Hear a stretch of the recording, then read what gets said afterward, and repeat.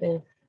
신생아 응급처치라고 하면은 산모님들은 이제 구토나 발열, 뭐 배앓이 이런 거 생각하고 오시는데요. 그거는 신생아 케어에 해당이 되고 신생아 응급 상황은 아니에요.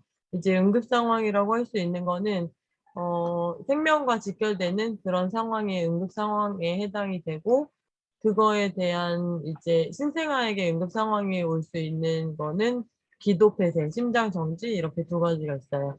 저번 시간에 저희가 배웠던 거는 기도 폐쇄에 대한 하임리히법까지 배웠고 오늘은 심장 정지, 영아에게 나타나면 영아 돌연사라고 하는 심장 정지에 대해서 교육을 드릴 거고요. 그거에 대한 처치로 심폐소생술을 교육을 드리고 실습까지 같이 진행해 보도록 하겠습니다. 우선은 심폐소생술은 세 가지 종류가 있어요. 이제 저번 시간에 했던 하임리히법 기도폐쇄는 두 가지였거든요. 12개월 미만이냐, 12개월 이상이냐에 따라서 두 가지 방법으로 나뉘었는데요. 심폐소생술의 경우 세 가지로 나뉘고, 이제 영아 심폐소생술은 지금 산모님들이 케어하고 있는 0에서 12개월까지, 돌 전까지는 오늘 배우시는 영아 심폐소생술을 사용하시면 되시고요. 그다음에는 소아 심폐소생술이라고 해서 1 세부터 8 세까지 소아 심폐소생술을 할 거고, 그리고 성인 심폐소생술은 9 세부터 성인까지, 성인, 노인 뭐 저희도 다 이거에 해당이 되세요. 그래서 심폐소생술 종류는 세 가지라는 거. 영아 심폐소생술은 손가락 두 개로 압박하는 거고요. 소아 심폐소생술은 팔 하나로, 손바닥 하나로 압박을 하는 거고, 성인 심폐소생술은 다 아실 거예요. 이렇게 팔 두 개로 해 가지고 손바닥 두 개 합쳐서 이제 심폐소생술, 심장 압박을 진행하는 거를 이야기하고 있습니다. 수업 시작하기 전에 우선 예방할 수 있는 방법을 설명을 드릴게요. 응급처치 상황이 온다면은 응급처치를 진행해 주는 게 좋지만 그전에 그런 상황이 오지 않도록 예방하는 것이 가장 중요한 것 같아요. 심정지를 예방할 수 있는 방법은 사실 영아가 심장 정지? 심장 정지는 성인에게는 굉장히 사망 확률 중에 높아요. 높은 이제 지금은 교통사고보다 심장 정지 환자가 더 많다고 하긴 하더라고요. 근데 이제 그 정도로 확률이 높은데 반면 영아일 경우에는 심장 정지, 영아 돌연사로 사망하는 경우가 거의 많진 않습니다. 이유는 뭘까요? 성인일 경우에는 만성 질환에 의해서 뭐 식습관에 의해서 이렇게 많이 심장이 이제 약해지면서 오는 건데 영아였을 때는 음식물이나 뭐 이거에 의해서 심장이 안 좋아지는 그런 상황이 아닌 거잖아요. 그래서 대부분 이제 심장 정지가 오는 영아들은 선천적으로 뭐 심장에 이상이 있거나 아니면은 저희가 재우는 상황에서, 그러니까 아기가 잘 때 뭐 엎드려졌거나 아니면 저희의 이불이 아기를 다 덮었거나 이런 경우에 의해서 심장 정지, 돌연사가 발생이 많이 됐었습니다. 확률적으로는 1000명당 0.3명이라고 해요. 그래서 1%도 채 되진 않지만 작년에 인천시에서도 영아 돌연사가 발생이 됐었어요. 그래서 산모님들 오늘 꼭 교육을 잘 들어주시고 예방을 할 수 있다면은 가장 좋을 것 같습니다. 예방할 수 있는 방법은 영아 돌연사로 되었을 때 통계적으로 10명 중에 6명이 부모와 같은 침대를 쓰는 아기들이었어요. 그래서 그 말은 무슨 말이냐면은 이제 신생아 영아를 키울 때는 가장 좋은 방법은 같은 방에서 자지만 다른 침대를 이용하는 게 가장 좋을 것 같고요. 같은 침대를 썼을 때 사망하는 확률은 아까 제가 말씀드린 것처럼 뭐 부모의 팔에 놀린다든지 부모가 자면서 모르고 이불을 아기한테 덮은다든지 또는 그 푹신한 매트리스에 아기가 엎드려지면서 코가 막혀서 호흡이 되지 않고 사망하는 경우가 있었고요. 그리고 이제 두 번째는 배 위에 뭔가 애기한테 올려줄 때 있잖아요. 저희가 산모님들 많이 아실 거예요. 양쪽에 모래주머니 달려있는 그런 덮개 있잖아요. 애기가 뭔가 꽉 눌러줘야지만 이제 편안함을 느끼고 더 오래 잘 수 있다고 해 가지고 그런 거 많이 올려주시거든요. 또는 어른 베개나 뭐 큰 쿠션 이런 거 배 위에 올려주시는데 움직이지 않고 가만히 잘 수 있다면 괜찮지만 애기들이 속삭에 쌓여져 있는 상태에서도 막 움직이거나 울거나 발버둥치면서 그런 쿠션 같은 것들이 올라가서 아기의 호흡기를 막을 수가 있어요. 그렇기 때문에 절대 아기의 배 위에는 쿠션을 올려주시면 안 되시고요. 그리고 세 번째는 엎드려 재우지 않는 거예요. 이거는 이제 통계적으로 뭐 엎드려 재운 아기들 중에 남자아이의 경우가 더 사망 확률이 높았다 이렇게 나오더라고요. 저도 남자아이를 키우고 있어서 '왜 그렇지?' 하고서 찾아봤더니 이제 엎드려졌을 때 여자아이들보다는 남자아이들이 고개를 옆으로 돌릴 수 있는 센서가 덜 작동이 된다고 해요. 그래서 산모님들이 이제 여자아이도 그렇고 남자아이도 그렇고 절대 엎드려 재우는 거는 X. 절대 안 되는 걸로 기억하시면은 좋을 것 같고 또 아기의 매트는 딱딱하지만 이제 저희 친구는 쪼끔 매트 자체가 두껍고 푹신하잖아요. 그래서 아기가 엎드려졌을 때 고개를 옆으로 돌린다고 해도 호흡이 안 될 수가 있어요.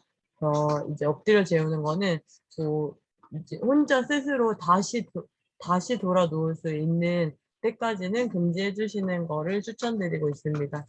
그리고 마지막으로 온열 스트레스. 온열 스트레스 때문에도 심장 정지로 발생이 된 아기들이 있었다고 해요. 그 이유는 뭐냐면은요.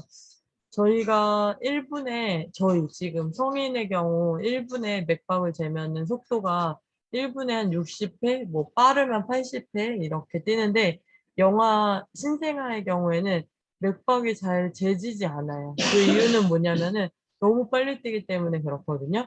그래서 이제 근무를 할 때 아기 맥박 잴 때는 청진기를 대야지만 맥박을 정확하게 잴 수가 있어요. 그 정도로 빨리 뛰는데 120 회, 100회 이 정도를 뛸 거예요, 맥박이. 만약에 아기 방이 너무 더워서 아기가 더운 상태라면은 맥박이 어떻게 될까요? 더 빨리 뛰겠죠, 당연히. 그렇기 때문에 이제 심장이 부담돼서 심장 정지가 될 수도 있다. 이렇게 해서 심장 정지가 되었던 아기들도 있었다. 그거 기억해 주시고 그러면은 집에 갔을 때 온도를 몇 도로 해 주면 좋을까? 지금 좀 날씨가 선선해져서 많이 걱정되실 것 같아요. 온도를 어떻게 맞춰야 될까?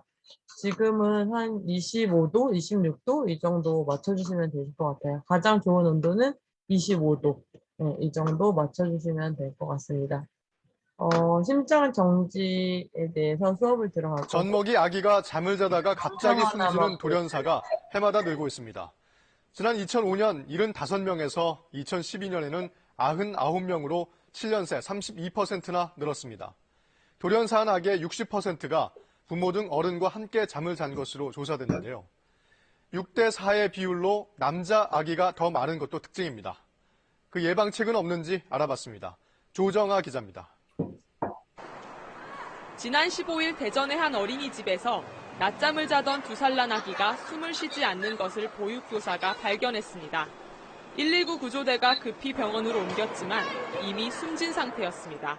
열나고 좀 이상한 것 같고서 그 119에다 신고를 한 거예요. 이제 그래서 119 구조대가 와서 해갖고서 병원에 갔더니 병원서는 숨이 끝났다. 지난 14일 부산에서도 생후 넉 달 된 아기가 혼자 잠을 자던 중 숨졌습니다. 이처럼 영아 돌연사는 꾸준히 발생하고 있지만 뚜렷한 원인이 밝혀지지 않아 부모들은 불안하기만 합니다. 너무 걱정스러워서 사실 지금 아이 키우는 1년 동안 거의 잠을 못 잤어요. 옆에서 자면서도 아기가 잘 있는지 잘 자는지 보느라고. 예방을 위해서는 부모 등 어른이 함께 잘 때는 손이나 발이 아기 가슴에 올라가지 않게 한 팔 간격 이상 떨어져야 합니다. 가슴이 눌려 호흡에 방해받을 수 있기 때문입니다.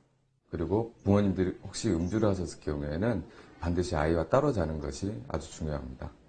또 질식을 유발할 수 있는 지나치게 푹신한 이부자리를 피하고 엎드리거나 옆으로 잘 경우에는 위장이 눌려 호흡이 곤란해질 가능성이 있기 때문에 똑바로 눕혀 재우는 게 좋습니다.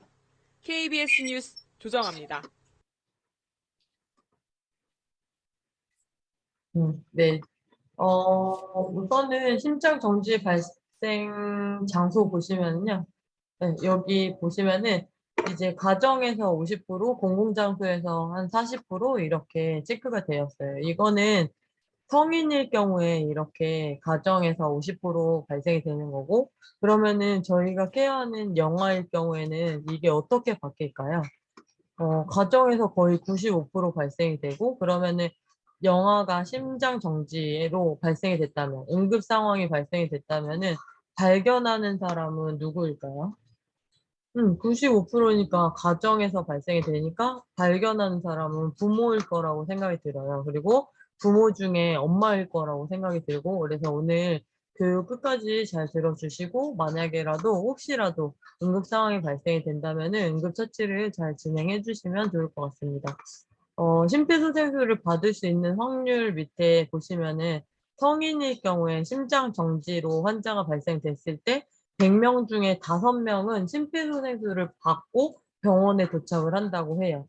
근데 밑에 영화 보시면은 영화는 100명의 심장 정지 아기들이 발생돼서 응급실에 온다고 쳤을 때 한 명도 심폐소생술을 받지 못한 상태에서 응급실에 온다고 하거든요.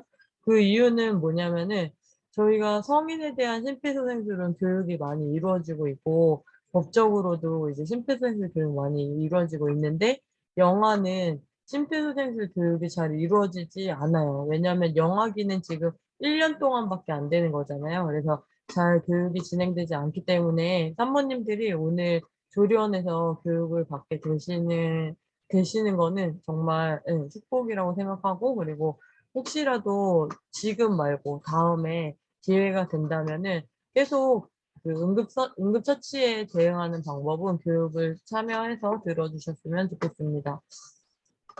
아까 제가 말씀드린 것처럼 영아 심장 정지 환자 발생 장소는 이제 가정이 대부분이고 그 외의 장소.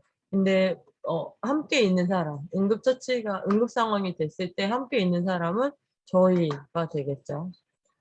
심장 정지 환자가 발생이 됐을 때 최대한 빠른 시일 내에 확인 즉시 심장 정지가 확인되는 즉시 심폐소생술이 진행되어야 되겠지만, 만약에 그렇지 못한다면은 최소 4분 이내는 심장 압박을 시작해 주셔야 되세요.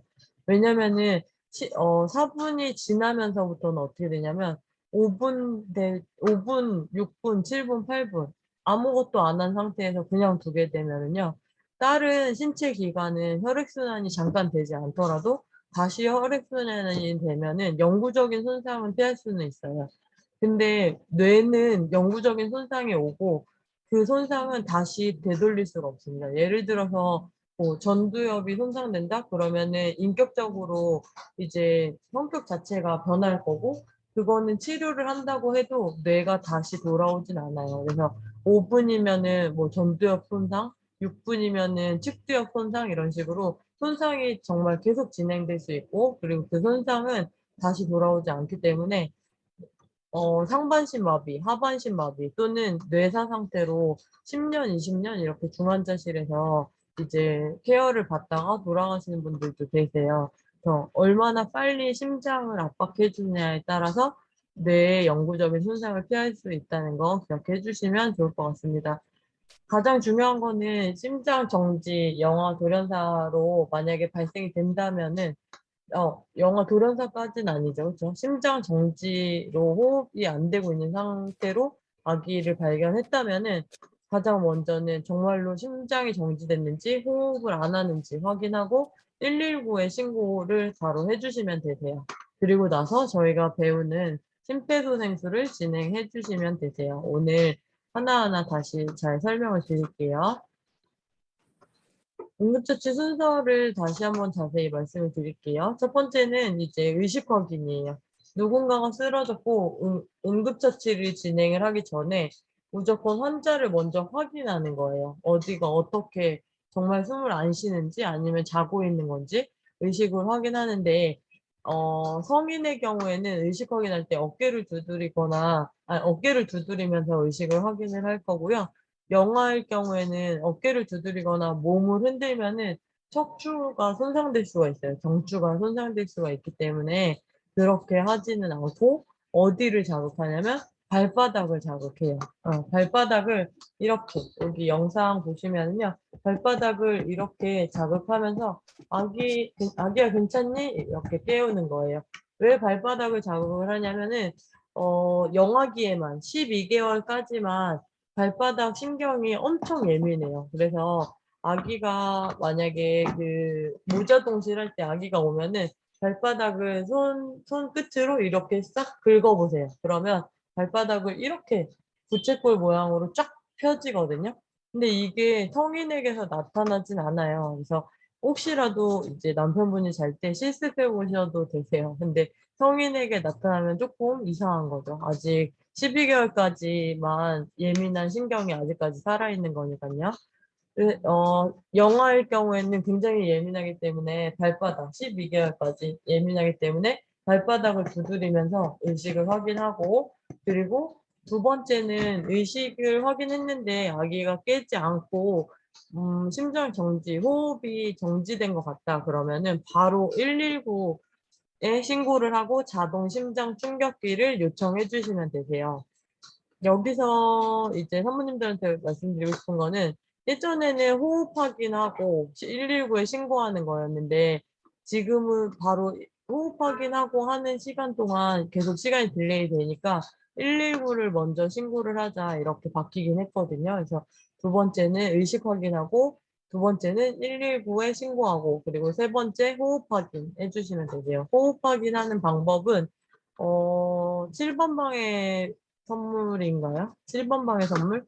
7번 방의 선물 보셨을지 모르겠지만, 이제 주인공이 초등학교 1학년 여자아이를 막 따라가잖아요. 그때 여자아이가 얼음판이 있어가지고 미끄러지면서 넘어졌는데, 그때 호흡이 되지 않은 상태로 발견이 됐거든요. 그래서 이 주인공이 어떻게 하냐면, 아기한테 가가지고, 우선 단추랑 벨트를 풀러주고, 그리고 가까이 가서 귀로 들으면서, 호흡 소리를 귀로 들으면서, 그리고 볼로 느끼고, 눈으로 복부를 보면서 확인을 했었거든요. 근데 이제는 그렇게 하지 않아요, 호흡 확인은. 왜냐면 그렇게 너무 막 급박한 상황이고 응급 상황에 내가 귀를 대고 볼로 느끼고 뭐 이렇게 한다고 해도 그게 느껴지나 해가지고 이제 그렇게 하지 않고 호흡 확인은 그냥 눈으로 얼굴, 가슴, 배, 가슴, 얼굴 이렇게 한 번만 스캔하는 거예요. 10초 동안. 산모님들이 이제 아기들 오면은 한번 해보셔도 되세요. 아기들 왔을 때 호흡 확인 한번 심장 압박이나 뭐 이제 발바닥 두드리는 거랑 호흡 확인 해보셔도 되는데 심장 압박 이거는 하시면 안 되세요. 호흡 확인은 아기들이 지금은 복식 호흡을 해요. 저희는 흉식 호흡을 해요. 그러니까 가슴으로 숨을 쉬기 때문에 막 자세히 본다고 해도 확인이 안 될 수도 있어요. 살짝 올라왔다 내려갔다 올라왔다 내려갔다 하거든요. 근데 아기들의 경우에는 눈에 띄게 호흡하는 이제 움직임이 보이기 때문에 확인하기가 굉장히 쉽습니다. 그래서 호흡 확인은 10초 미만으로 해주시고 그리고 네 번째 호흡이 안 되고 있다면은 다음으로 넘어가야 되겠죠? 그래서 심장 압박을 진행해 주시면 되세요. 심장 압박하는 방법은 저희 이제 앞으로 영상을 통해서 배우실 거예요. 심장 압박은 몇 회를 하냐면은 30회를 진행해 주시면 되세요. 그리고 바로 심장 압박이 끝나면 인공호흡을 2회 진행해 주시면 되세요. 30대 2, 30대 2 이렇게 계속 언제까지 해야 될까요? 언제까지 해야 될까요? 30대 2.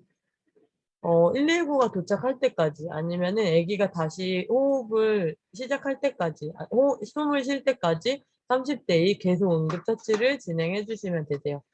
심장 압박 30회, 인공호흡 2회 이거를 기억해 주시면 되겠습니다. 그러면 여기서 이제 119에 신고를 했잖아요, 저희가. 그럼 119에서 산모님들이 혼자 있었다면은 스피커폰으로 돌려주고 그리고 심폐소생술을 진행해 주시면 되시는데 그때 119에서 어떻게 하도록 지시를 해 주실 거예요. 제가 저번 시간에도 말씀을 드렸지만 이제 119에서 근무하시는 분들은 응급 상황에 대해서 대처를 잘 할 수 있는 요원들만 근무를 하게 되어 있어요. 그래서 어떻게 지금 이런 상황이다 이렇게 이야기하면 뭐 이렇게 응급처치를 진행해 주세요라고 요청을 해 주실 거고 산모님들은 그거에 맞춰서 이제 심폐소생술을 진행해 주면 되는데 문제는 뭐냐면은 저희가 한 번도 실습이나 수업을 들어보지 않았다면 응급처치를 말로만 들어서 시행할 수가 없어요, 전혀. 그렇기 때문에 산모님들이 교육을 잘 들어주시고 그리고 기회가 있다면은 계속해서 교육을 들어주시면 좋을 것 같아요. 첫 번째 의식 확인하는 방법 제가 설명드린 대로 아기의 발바닥을 자극하는 거예요. 이거는 영아기까지 12개월까지만 해당이 되는 거고 이제 소아이거나 성인의 경우는 어깨를 두드리면서 의식 확인을 할 거예요. 12개월까지는 발바닥을 두드리면서 아기야 괜찮니? 하면서 이제 깨워보는 거죠, 의식을. 아가야 괜찮니? 네. 두 번째는 119를 신고하고 자동 제세동기를 요청해 주시면 되세요. 119에 신고한 다음에 스피커폰으로 전환을 하고 혹시라도 주변에 누가 있다면 자동 제세동기를 요청해 주세요. 자동 제세동기는 심장 충격기예요. 저희 몸 신체 중에 전기의 충격을 받고 다시 뛸 수 있는 곳은 심장이잖아요. 그렇기 때문에 이제 혹시라도 전기 충격을 가했을 때 심장이 다시 잘 뛸 수도 있기 때문에 자동 심장 충격기가 주변에 있다면은 요청을 해 주시고요. 주변에서 못 본 것 같다. 네, 왜냐면은 이제 자동 심장 충격기는 오늘부터는 산모님들이 한번 보셨기 때문에 '아 여기 있었구나. 아 우리 집 1 층에도 있었구나. 지하 1 층에도 있네. 뭐 전철역에도 있네.' 이렇게 하면서 이제 눈에 띌 거예요. 근데 지금까지는 관심이 없었기 때문에 잘 못 보신 걸 수도 있어요.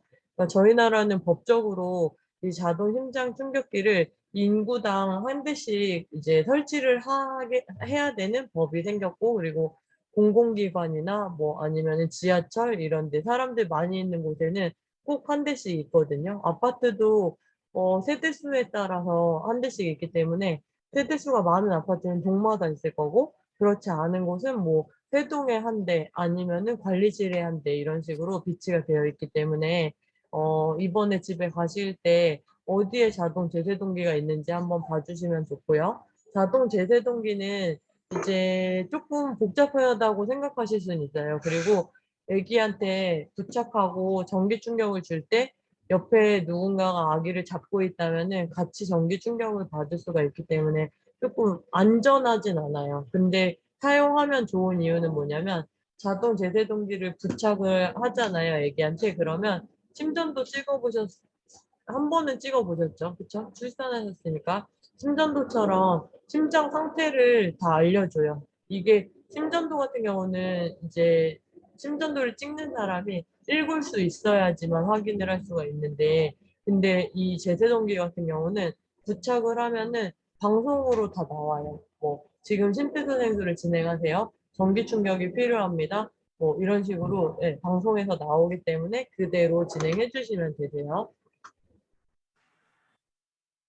세 번째 호흡 확인하는 방법 제가 설명드렸죠. 눈, 얼굴 보고 가슴 보고 배 보고 가슴 보고 얼굴 보고. 예. 이따가 아기 오면은 복부나 가슴을 가만히 봐 보세요. 그러면은 이제 올라갔다 내려갔다 눈에 띄게 왔다 갔다 할 거고 그리고 아기들은 저희는 호흡이 1 분에 12 번, 14번 이렇거든요. 근데 아기들 같은 경우에는 호흡을 1 분에 30 회에서 50회 이 정도를 해요. 그래서 산모님들이 딱 봐도 눈에 보이기 때문에 확인하실 수가 있습니다.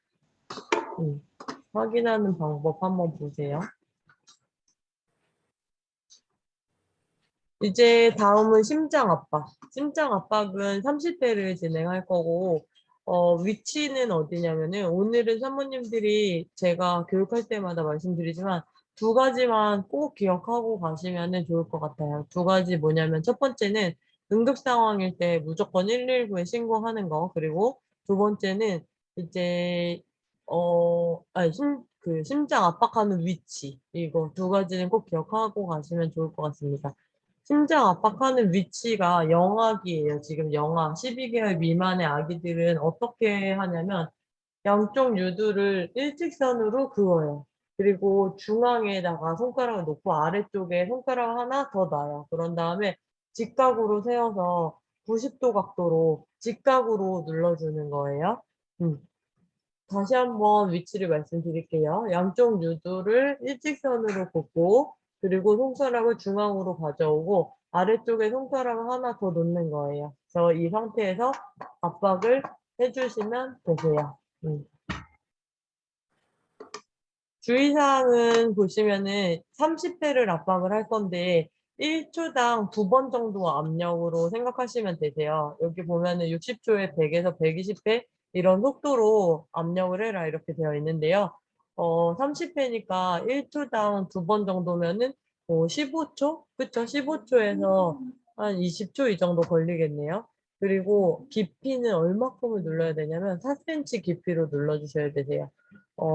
지금 제가 실습을 이제 사모님들이 교육을 받을 수 있는 곳이 있으면 꼭 교육을 받아보세요 라고 말씀드린 이유는 뭐냐면은 실습을 진행해봐야 이게 4cm가 얼마큼인지 느낌을 알 수가 있어요. 4cm는 얼마큼이냐면은 저희 손가락을 이렇게 펼쳤을 때 이게 3마디예요, 지금. 그래서 한 마디, 두 마디, 세 마디인데 이 세 마디 중에 위에 두 마디 정도가 4cm라고 생각하시면 될 것 같아요. 이만큼을 깊이로 눌러야 되는데 이제 이 모형으로 할 때 4cm를 누르면은 딸깍 딸깍 소리가 나고 4cm를 누르지 않으면 소리가 안 나요. 그래서 나중에 혹시라도 실습할 수 있는 기회가 있다면은 가서 꼭 해보시면 좋을 것 같고 4cm 깊이로 눌렀다가 뗐다가 눌렀다가 뗐다가 눌렀다가 뗐다가를 30회 반복해 주시면 되세요. 여기서는 이제 직각으로 눌러라 이렇게 나왔잖아요. 직각으로 누르지 않고 옆으로 누르게 되면 어떻게 되냐면 반대쪽 갈비뼈가 손상될 수가 있어요. 그래서 무조건 압력은 직각으로 눌러주시고 그리고 손가락이 아기에게서 떨어지지 않게 하래요. 그거는 무슨 말이냐면은 이렇게 하는 게 아니라 손가락을 아기에게 붙인 상태에서 심장을 압박해 주시면 되세요. 그리고 마지막으로는 이제 수축과 이완을 동일하게 하라 이렇게 나왔는데 수축과 이완을 동일하게 하라는 얘기는 눌렀으면 누른 만큼 떼주라는 얘기예요. 저희가 누르는 거는 왜 누르는 거죠? 지금 심장에 있는 피를 뇌로 보내주려고 심장을 저희가 인위적으로 수축시킨 거잖아요. 그러면은 수축시킨 만큼 떼야지만 이제 전신에서 또 피를 심장으로 받을 수가 있잖아요. 그러면 그만큼을 받아야지만 또 눌렀을 때 그만큼을 짜줄 수가 있고 그래서 누른 만큼 꼭 떼주고 누른 만큼 떼주고 이거를 반복해라 이렇게 나와 있어요. 영상으로 한번 보세요.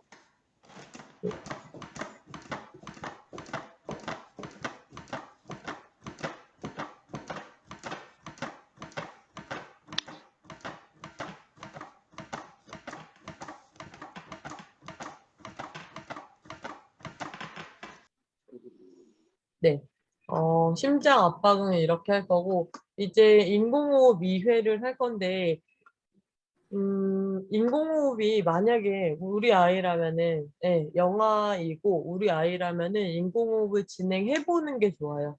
근데 내 아이가 아니고 내가 인공호흡이 자신이 없다 하면은 그냥 심장 압박만 해도 괜찮다 이렇게 바뀌긴 했거든요. 그 이유는 뭐냐면은 인공호흡을 잘 못하는 상태에서 막 우왕좌왕 하다가 심장이 정지된 시간을 괜히 늘릴 수도 있고 또는 내가 모르는 사람이었는데 인공호흡을 했다가 감염될 수도 있잖아요. 그래서 이제 인공호흡을 정확하게 하지 못한다면은 안 해도 된다 이렇게 바뀌었지만 사모님들이 케어하고 있는 내 아이고 그리고 이제 기도폐쇄로 지금 호흡이 정지되었을 수도 있기 때문에 인공호흡은 한 번은 꼭 해보셨으면 좋겠습니다.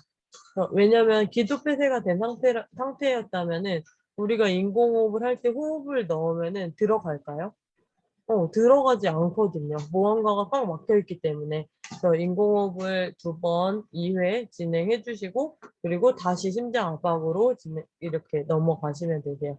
인공호흡 하는 방법은 저희 성인 할 때는 형이 코 막고 입에다가 구조자의 입을 덮어서 호흡을 넣어주는 거잖아요. 근데 영아일 경우에는 보시면은 코와 입 사이가 멀지가 않아요. 가깝게 있기 때문에 코와 입을 내 입으로 다 덮은 상태에서 호흡을 넣어주시면 되세요.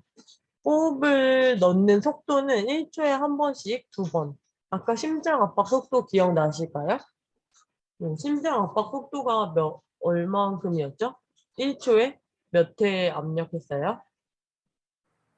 1초에 2회 압력했거든요. 근데 지금 인공호흡은 1초에 한 번 압력해 주시면 예. 1초에 한 번씩 시행해 주시면 되세요. 그러면 2번 호흡을 넣어야 되니까 2초 정도 소요가 되겠네요. 그쵸? 이때 주의사항은 호흡을 넣을 때 막 이제 저희 생각에는 호흡을 못하니까 이거를 막 엄청 세게 막 많이 최대한 불어 넣어줘야 되나 이렇게 생각을 하세요. 근데 그렇게 하면 안 돼요. 그렇게 하면 폐가 다 손상되기 때문에 저희가 호흡하는 1회 호흡 양 정도만 넣어주시면 되세요. 그냥 1회 호흡하는 정도. 이 정도. 그래서 1초에 1회씩 넣어주시고요. 이때 호흡할 때 주의사항은 기도 확보가 된 상태에서 호흡을 넣어야지만 호흡이 잘 들어가요. 그게 무슨 말이냐면은 산모님들이 이제 평소에 숨 쉴 때 저희가 지금 기도가 이렇게 열려져 있는 상태거든요. 근데 고개를 막 이렇게 푹 숙이고 있는 상태에서 호흡이 잘 되나요? 호흡이 잘 안 되고 되게 숨쉬기가 힘들거든요. 그러니까 아기들도 이렇게 누워 있다면은 이 상태에서 그냥 호흡을 넣어주지 말고 살짝 고개를 뒤로 살짝만 젖힌 상태에서 호흡을 넣어주라는 거예요. 기도를 펴주고 호흡을 넣어주라는 거예요. 그리고 이때는 너무 확 뒤로 너무 확 제끼면은 애기들 어떻게 되냐면 경추 손상될 수 있어요. 그래서 살짝만 뒤로 이 손으로 아기의 이마에 손을 대고 살짝만 뒤로 젖혀준 상태에서 호흡을 넣어주시면 되세요. 호흡을 넣을 때는 이제 옆눈으로는 가슴을 봐야 되겠죠? 왜 가슴을 봐야 되냐면은 호흡을 넣었을 때 호흡이 잘 들어간다면은 가슴이나 복부 쪽이 올라오거든요. 호흡이 잘 들어가지 않았다면은 옆으로 다 새겠죠. 올라오지 않고. 보시면은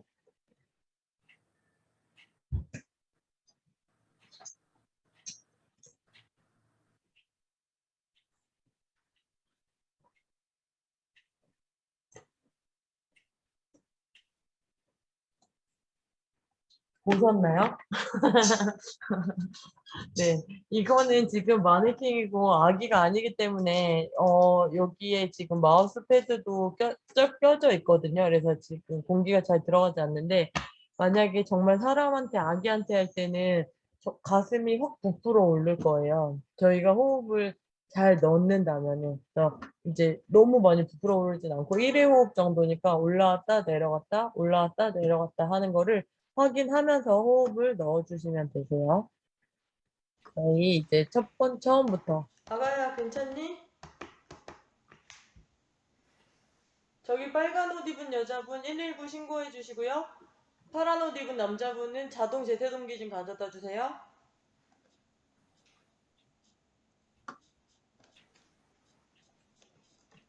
호흡과 눈하고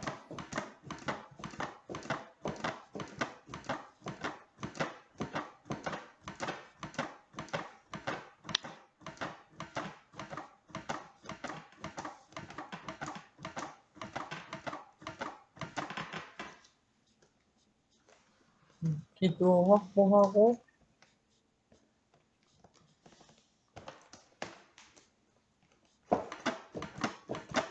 가슴 압박 위치 보세요. 저는 여기 앞에 2손가락으로 했는데 산모님들은 뭐 세 번째, 네 번째 손가락으로 하셔도 되세요. 이게 편하면은. 하고 호흡 넣을 때 복부 보세요.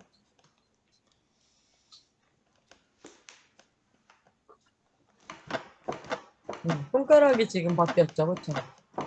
네, 앞에 2개로 해도 되고 가운데 2개로 해도 돼요. 아이고, 이때 이제 영상 촬영을 너무 오래 하다 보니까 손가락이 좀 아파가지고 꺾였네요.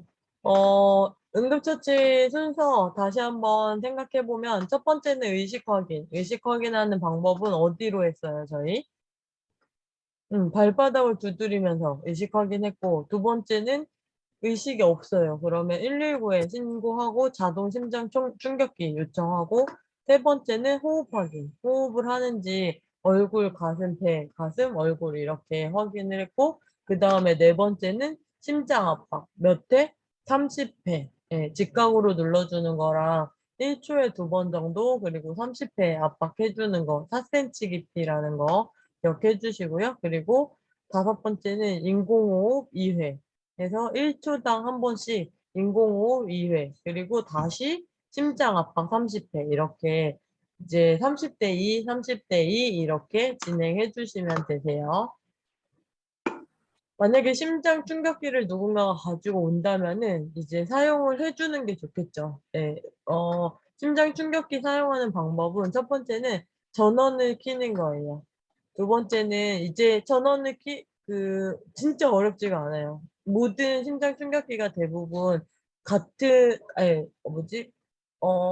대부분 비슷해요. 그래서 전원만 키면은 여기서 방송이 나오고 전원도 정말 크게 표시가 되어 있어요. 아니면 어떤 거는 1번, 2번, 3번 이렇게 순서가 다 번호의 순서가 적혀져 있기 때문에 어렵지가 않고 전원만 키면 거기서 방송에서 다 나와요. 뭐를 어떻게 해라, 뭐를 어떻게 해라, 패드를 어디에 붙여라 이런 식으로 그 패드만 아기한테 잘 부착해주면은 심장 상태를 읽는 거죠. 심장이 지금 뭐 정상이다. 아니면은 심폐소생술이 필요하다. 아니면 전기 충격이 필요하다. 이런 식으로 이제 심장 상태를 읽고 어떻게 하라고 요청을 하면 그대로 진행해 주시면 되세요. 그래서 전원을 켜고 패드를 부착하고 패드를 부착을 하면은 심장 상태를 읽어야 되잖아요. 그럼 그때는 심폐소생술을 하면 안 되고 아기한테서 손을 대면 안 돼요. 왜냐면 저희가 심폐소생술을 하면은 이 심장 리듬을 어떻게 분석하냐면 정상적으로 잘 뛰고 있다 이렇게 분석을 하거든요. 그래서 아무것도 하지 않은 상태에서 멈춘 상태에서 심장 분석을 기계가 할 수 있도록 시간을 잠깐 주시고요. 그리고 리듬을 분석했더니 전기 충격이 필요하다. 이렇게 방송에 나오거든요. 그러면 뭐 주황색 버튼을 눌러주세요 하면은 그때 주황색 버튼을 누르고 전기 충격이 아기한테 가겠죠. 그러면 바로 또 심폐소생술을 진행을 하시면 되세요. 거기 방송에서도 전기 충격이 끝났습니다. 심폐소생술을 진행해 주세요. 이렇게 방송이 나오거든요. 그러면 즉시 심장 압박을 실시해 주시면 되세요. 전기 충격이 가면 그 기계에 있는 전기를 다 쓰는 거예요. 그러면 이 기계는 전기를 충전을 해야 되거든요. 전기를 충전하는데, 다음 전기를 줄 수 있는 데까지의 시간은 2분 정도가 소요가 돼요. 그러면 2분 동안 우리가 할 일은 30대 2, 30대 2 계속 심폐소생술을 진행하는 거죠. 그 사이에 119가 도착한다면 정말 좋겠지만 119는 대부분 정말 빠르면 7분, 조금 늦으면은 뭐 30분, 정말 차 밀리고 뭐 이러면 1시간도 걸릴 수가 있겠죠. 네, 그 심장 충격기. 성인 환자용입니다. 어린이 환자용입니다. 환자의 성의를 벗겨주십시오. 패드 상자에서 패드를 꺼내 환자의 피부에 붙여주십시오. 패드는 환자의 등과 가슴에 크림과 같이 붙여야 합니다. 패드 상자에서 패드를 꺼내 환자의 패드를 확실하게 눌러 붙여야 합니다. 패드는 환자의 등과 가슴에 크림과 같이 붙여야 합니다. 패드를 확실하게 눌러 붙여야 합니다. 환자에게서 떨어지십시오. 심전도를 분석 중입니다. 환자에게서 떨어지세요. 환자에게서 떨어지십시오. 심전도를 분석 중입니다. 환자에게서 전기 충격이 떨어지세요. 필요합니다. 환자에게서 떨어지십시오. 환자에게서 모두 떨어지세요. 물러났습니다. 빨간색 전기 충격 버튼을 눌러주십시오. 전기 충격이 가해졌습니다. 가슴 압박을 시작합니다.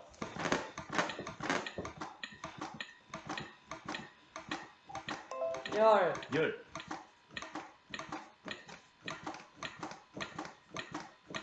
스물,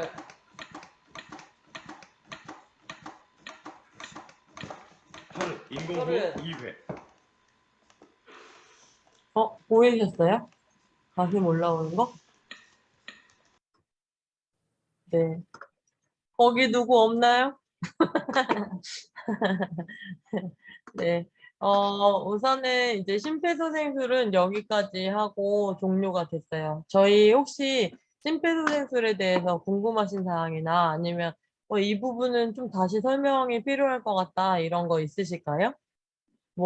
만약에 이런 상태면 심폐소생술 진행하나요? 하지 않나요? 뭐 이런 질문 같은 거 있으시면은 아까 아침에 제가 보내드렸던 문자로 지금 전송해 주시면 되세요. 저희 1분간 쉬었다가 질문 주신 거 내용으로 이제 마무리 설명하고 종료하도록 할게요. 저희 1분만 쉬었다가 수업 다시 진행하겠습니다.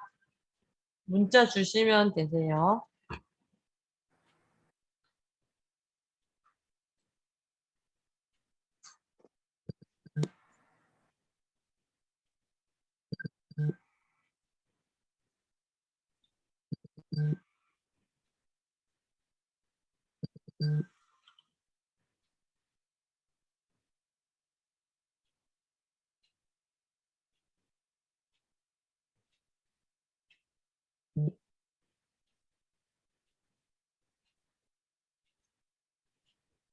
채팅창에 남겨주셔도 되세요.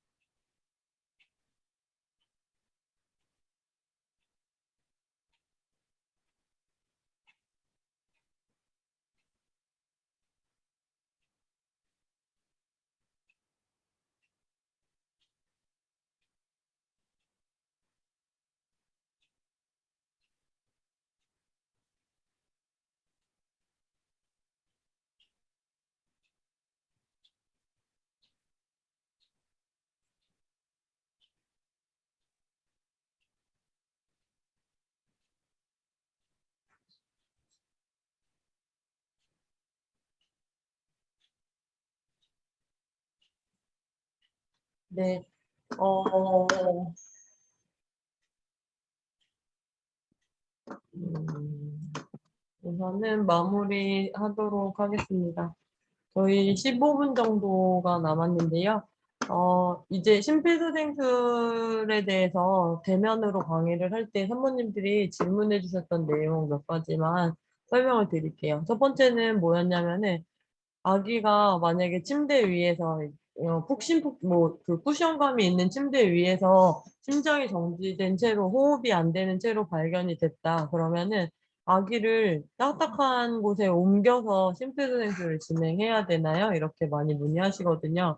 그거는 성인일 때도 많은 질문이 나왔었어요. 예전에도 그래서 이제 예전에는 옮긴 채로 심폐소생술을 해라라고 나왔었고, 근데 이번에 17년도인가요? 그때 다시 개정되면서 옮기면서 환자한테 외상이 너무 많이 발생이 될 수도 있고, 그리고 위험하고, 그렇기 때문에 척추 손상도 올 수 있잖아요. 그렇기 때문에 환자를 옮기지 않은 상태에서 그냥 발견된 그 장소에서 심폐소생술을 진행을 하자, 이렇게 바뀌긴 했거든요.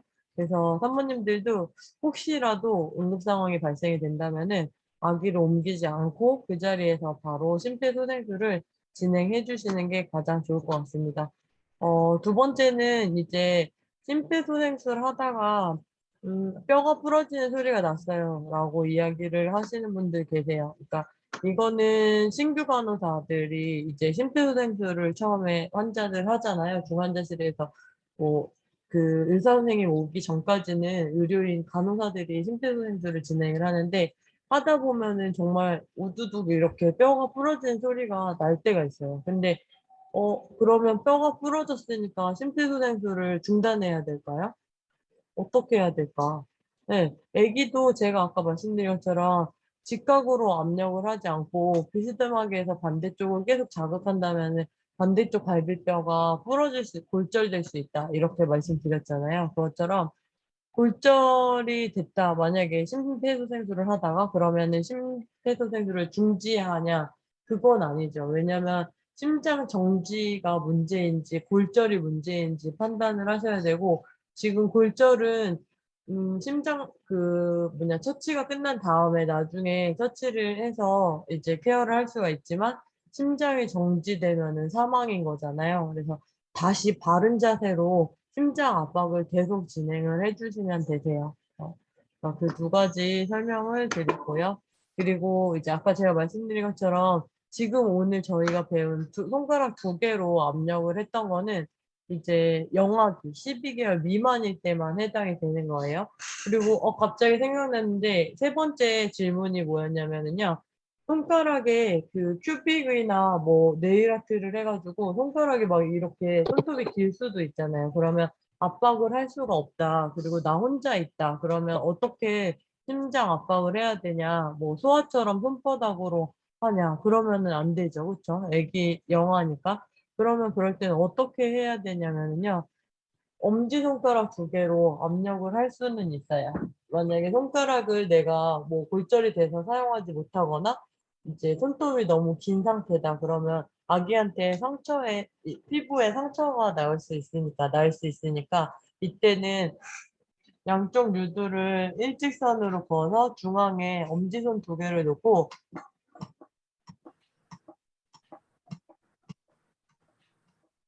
이런 식으로 이렇게 압력해 주시면 되세요. 근데 이거를 왜 먼저 알려드리지 않았냐면은 이렇게 알려드리면은 이거를 다 잊어버리시고 엄지손으로 심폐소생술을 하시는 경우가 있어요. 그래서 미리 말씀은 안 드렸습니다.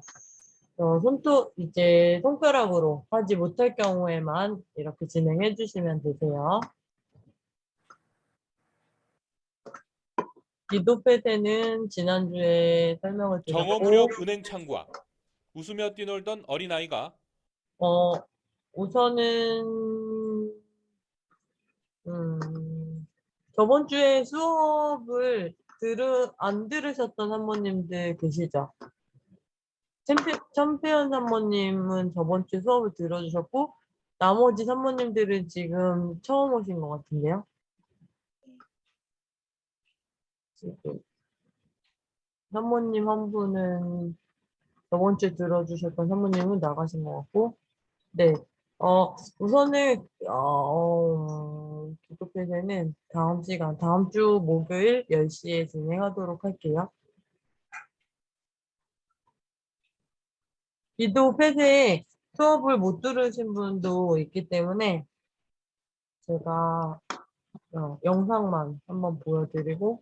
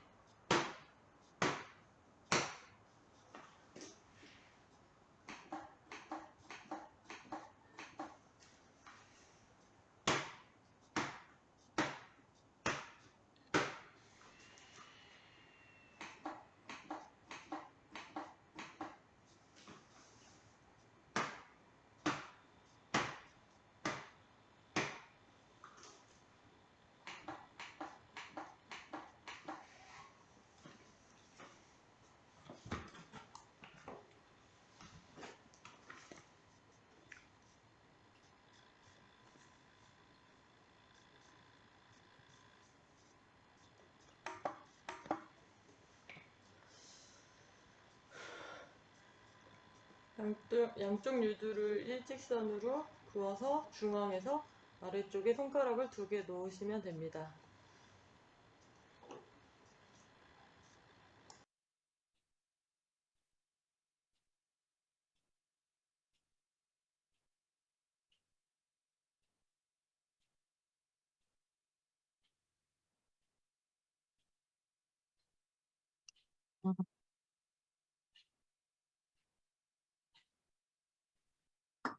네네, 여기까지 하고 저희 마지막으로 이제 구급함 준비 물품에 대해서 설명을 드리고 수업을 종료하도록 하겠습니다.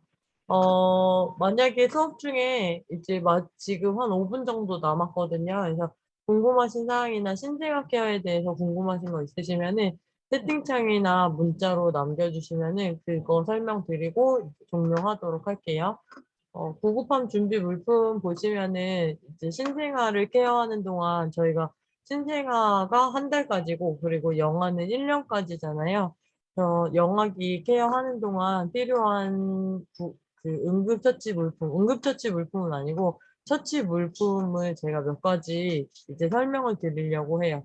사모님들 집에 가면은 데일밴드나 뭐 아니면은 연고 이제 이런 거는 다 구비해서 잘 갖추고 계세요. 근데 신생아한테 필요한 거는 생리식염수랑 멸균 꺼즈 그리고 알코올솜 필요하고 소독약 이렇게 분사되는 소독약 그리고 비판된 항생제 연고 꼭 필요한 것 같습니다. 첫 번째 생리식염수의 용도는 뭐냐면은 저희가 아기들이 지금 눈곱이 낄 수도 있고 안 낄 수도 있는데 눈곱이 이제 꼈을 때 케어하는 방법이 산모님들은 대부분 물티슈로 닦거나 뭐 휴지로 닦거나 아니면 손을 깨끗이 씻고 손으로 눈곱을 제거해 주시는데요. 그렇게 되면은 말라 있기 때문에 이제 눈 주변이 상처가 날 수가 있어요. 그래서 이럴 때 멸균 꺼즈에다가 생리식염수를 적셔서 눈을 닦아주시는 게 가장 좋고 눈을 케어할 때 방법은 뭐냐면은 어 안에서 이제 한쪽씩 케어를 하는 건데 꺼즈가 지금 여기 잘 보시면은 개별 포장으로 되어 있어요. 그래서 한 봉지에 하나씩 들어있는 거고 이런 꺼즈를 사용하셔야 되고 한 봉지에 뭐 6, 7장씩 들어있는 거는 멸균은 아니에요. 하나 빼면은 나머지 그 꺼즈들이 다 오염이 되기 때문에 그거는 멸균은 아니고 여기 한 장씩만 포장되어 있는 이런 거를 구매하시면 좋을 것 같고요. 멸균 꺼지를 꺼낸 다음에 여기에 생리식염수를 적셔주시는 거예요. 그렇게 해서 눈에 딱 눈곱이 있을 때 안에서 밖으로 닦아주고 뭐 반대쪽으로 돌린 다음에 반대쪽 눈을 안에서 밖으로 이렇게 닦아주셔도 되시고요. 아니면은 꺼지가 얇다면은 안에서 밖으로 닦고 이거는 버리고 떼꺼주로 또 반대쪽 눈 안에서 밖으로 이렇게 닦아주시면 되세요. 만약에 이제 밖에서 안으로 닦았을 때 어떻게 되냐면 오른쪽에 있는 균이 왼쪽 눈으로 전염될 수가 있어요. 그래서 주의해 주셔야 되시고요. 그리고 생리식염수는 그런 용도로도 사용할 수 있지만 이제 저희가 이렇게 생리식염수도 예전에 저희가 사용할 때처럼 1리터짜리 말고 각 한 병씩 들어있는 거 10cc, 20cc 이렇게 들어있는 거 이렇게 개별 포장된 거를 준비해 주시고요. 이거를 여기 약병 보이실까요? 약병에다가 부어 주셔가지고 이 약병에 있는 생리식염수는 어떤 용도냐면은 아기가 이제 집에 가면은 코가 많이 막힐 거예요. 집 온도는 올라가고 이제 건조해지잖아요, 날씨가. 그렇기 때문에 코딱지로 인해서 코가 막힐 수가 있거든요. 그때 어떻게 케어하냐면 생리식염수를 약병에다가 부은 다음에 코 벽을 타고 들어가게 한 방울, 두 방울 이렇게 떨어뜨려 주시는 거예요. 이때 생리식염수를 꼭 짜주시면 안 돼요. 왜냐면은 꼭 짜주면 어떻게 되냐면 이게 기도로 넘어갈 수가 있잖아요. 그래서 위험할 수 있기 때문에 그냥 거꾸로 들은 상태에서 또 이렇게 한 방울, 두 방울 떨어뜨리면 아기가 간질간질하면서 흥 하고 코딱지가 배출될 수가 있습니다. 뭐 세수를 시켜주면은 이렇게 배출이 잘 되지만 매번 세수시킬 수는 없잖아요. 그리고 그 기관지나 이제 호흡기 쪽은 건조하게 하면 안 되잖아요. 그렇기 때문에 생리식염수를 한 방울 두 방울 건조할 때마다 뿌려주는 게 굉장히 좋다고 해요. 그래서 이렇게 도포를 해주시고 그리고 오늘 사용한 생리식염수는 버려주시는 거예요.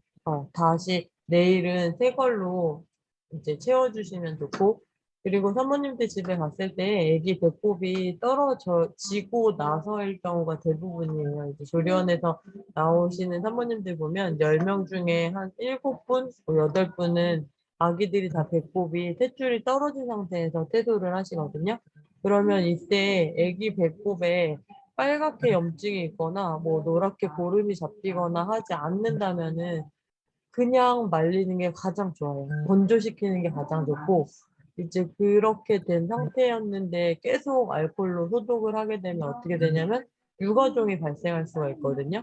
그래서 배꼽은 건조하게 유지하는 게 가장 좋고 혹시라도 뭐 노랗게 염증이 생겼거나 빨갛게 이제 조금 상태가 안 좋다 그러면은 거기에는 이런 알코올솜 너무 알코올이 많이 묻어있지 않은 알코올솜으로 배를 이제 벌린 손가락으로 배꼽을 벌린 다음에 꾹 닦아주고 잘 말려주시면 되세요. 배꼽 케어할 때 가장 중요한 거는 잘 말리는 거예요. 속에까지 다 마르도록 잘 말린 다음에 이제 케어를 마무리해 주시면 되겠습니다. 그리고 이제 마지막으로는 소독약은 저희 어릴 때 쓰던 거는 지금 이거잖아요. 빨간 약. 근데 지금은 이렇게 소독하고 다시 넣고 또 소독하고 다시 넣고 하면은 이 안에 균이 너무 많이 발생이 돼요. 그래서 이런 거는 집에 혹시 있다면 다 버려주시고 밖으로 분사되는 소독약이나 또는 이제 하나씩 그 빨간 약 면봉에 하나씩 묻어있는 그런 소독약 요즘에 많이 있거든요. 그래서 한 번 빨간 약 바르고 면봉은 버리는 거예요. 그런 일회용 개별 포장된 일회용 소독약을 이용해 주시면 좋을 것 같습니다. 여기까지 하고 저희 수업 마치도록 할게요. 저희 혹시 궁금하신 사항 있으실까요? 네. 궁금하신 사항 있으시면은 문자 주셔도 되시고요. 채팅에 남겨주셔도 되시고 그렇지 않다면은 지금 퇴장해 주셔도 되겠습니다. 오늘 너무 고생하셨고요. 날씨가 오늘 엄청 좋네요. 그쵸? 창밖에 보면서 힐링하는 시간 보내셨으면 좋겠고 그리고 아기는 지금 한 달 정도는 사모님들보다 조금 건강한 상태예요.